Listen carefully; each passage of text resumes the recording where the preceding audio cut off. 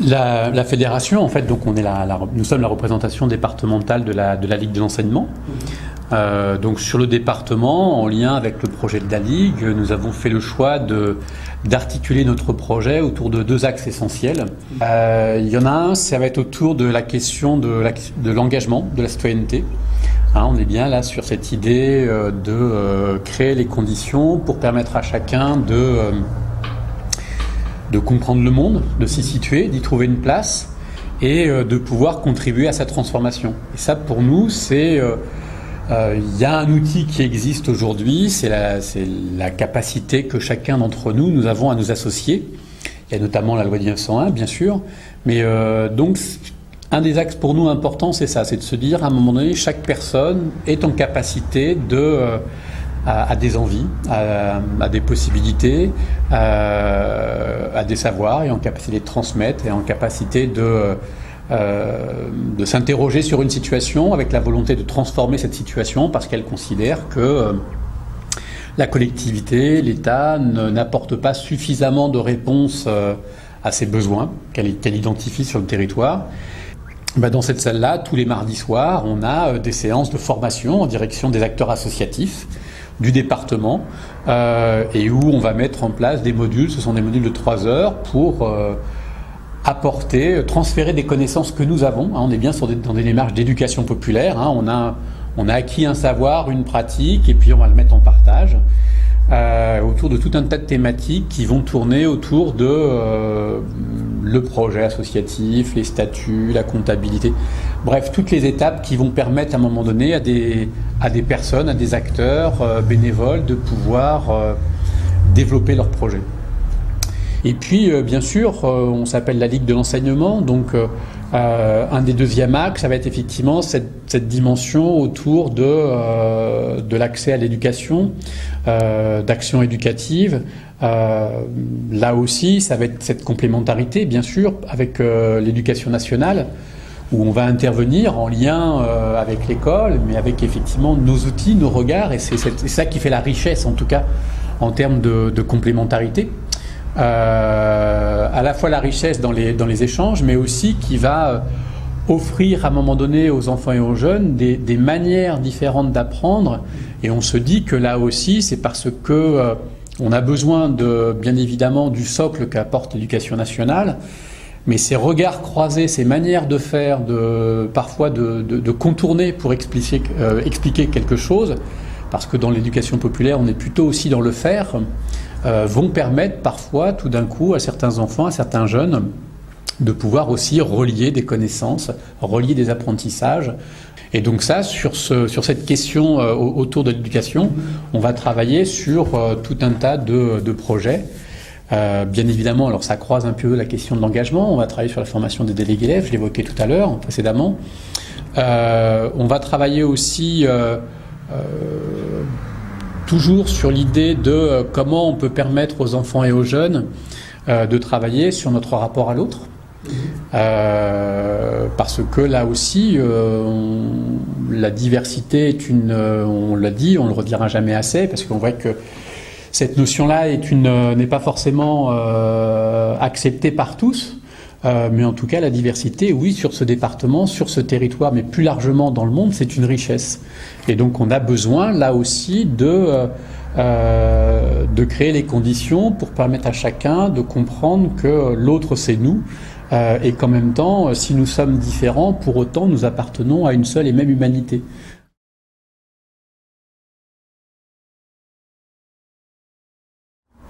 Plusieurs démarches. Donc il y a déjà une démarche de communication, donc de connaissance, de reconnaissance. Là aussi, c'est quelque chose qui est important.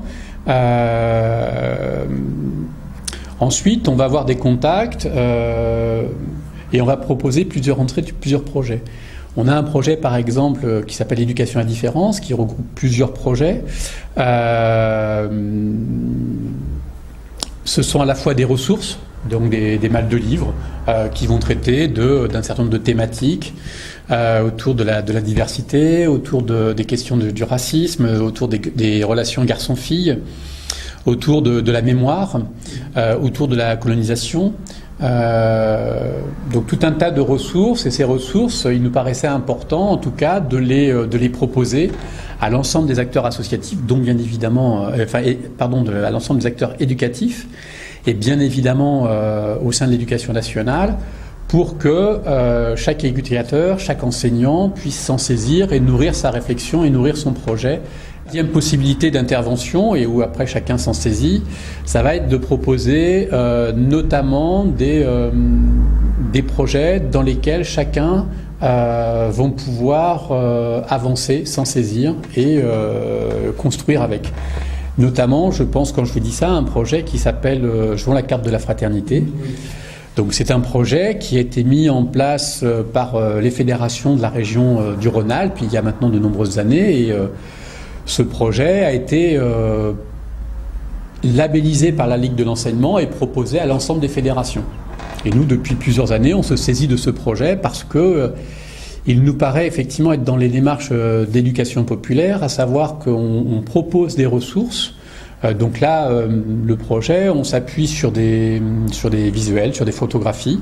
Donc la Ligue a recours à des collectifs de photographes qui vont apporter les thématiques autour de diversité, discrimination, racisme. Le principe, ça se présente sous forme de carte postale. On propose en tout cas aux écoles, aux collèges, aux lycées, aux maisons de jeunes, aux associations, ce matériel. Elles s'en saisissent, donc elles nous commandent du matériel, et à partir de là, il y a des livrets pédagogiques. Chacun va, en fonction du temps qu'il va souhaiter consacrer, travailler sur des ateliers d'écriture, sur de la réflexion sur effectivement le racisme, la discrimination.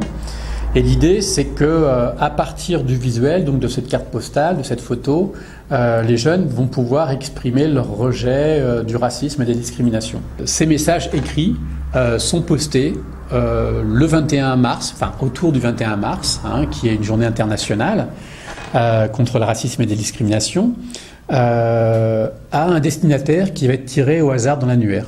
Voilà. La personne reçoit la carte chez elle, et si elle souhaite, elle peut répondre.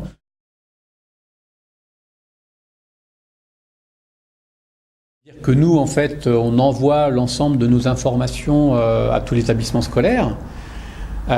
Donc quand on fait un envoi en nombre, je crois qu'on doit être à peu près sur 1000-1200 envois, parce que c'est à peu près le nombre que nous avons de structures, entre le premier et le second degré. Plusieurs écoles qui vont répondre.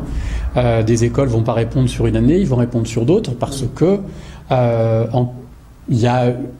Et heureusement, notamment sur ce département, il y a quand même pas mal de sollicitations et de propositions éducatives. Il faut bien sûr qu'il y en ait encore d'autres. Mais les enseignants, ils avancent aussi dans leur programme. Il y a des moments, donc une action va intéresser telle école, tel enseignant. Telle autre action, non, pour l'instant, c'est pas dans sa préoccupation. Ça ne veut pas dire que ça ne se fera pas plus tard. Voilà. Et parce qu'on a plusieurs entrées, donc on a évoqué, là on était sur la dimension autour du projet Éducation à la différence, mais dans le projet Éducation à la différence, il y a aussi des temps de formation. Et nous avons parfois des enseignants qui viennent sur des formations que nous proposons avec des animateurs pour travailler sur la question de la carte de la fraternité, sur la question de comment développer des projets autour de l'éducation à la différence en pointant les démarches, mais aussi les limites, parce que là aussi, il faut rester humble et modeste sur les chantiers que nous avons à travailler. Et puis, nous avons aussi les enseignants dans les propositions que nous faisons. Donc, on en est à où? On en est à des ressources, on en est à proposer des supports qui permettent effectivement de décliner des projets.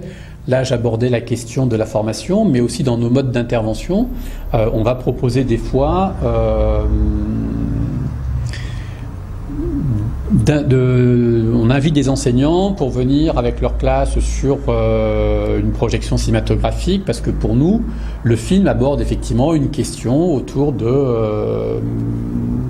des relations garçons-filles, de la place des femmes dans la société. Donc voilà, donc tout un tas de thématiques qui en tout cas vont nous permettre soit des fois d'échanger un petit peu après la projection, mais surtout, parce que il y a rarement le temps en fait, surtout de pouvoir retourner sur l'établissement et pour là entamer des discussions, des échanges avec l'enseignant et les enfants et les jeunes. Voilà.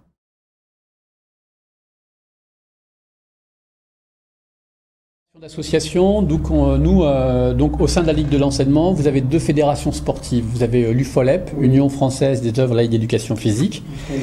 On est plutôt sur des démarches là, le sport comme étant un moyen d'éducation. Et puis vous avez une deuxième fédération sportive qui est plutôt une fédération scolaire, qui est l'USEP, Union sportive pour l'enseignement du premier degré.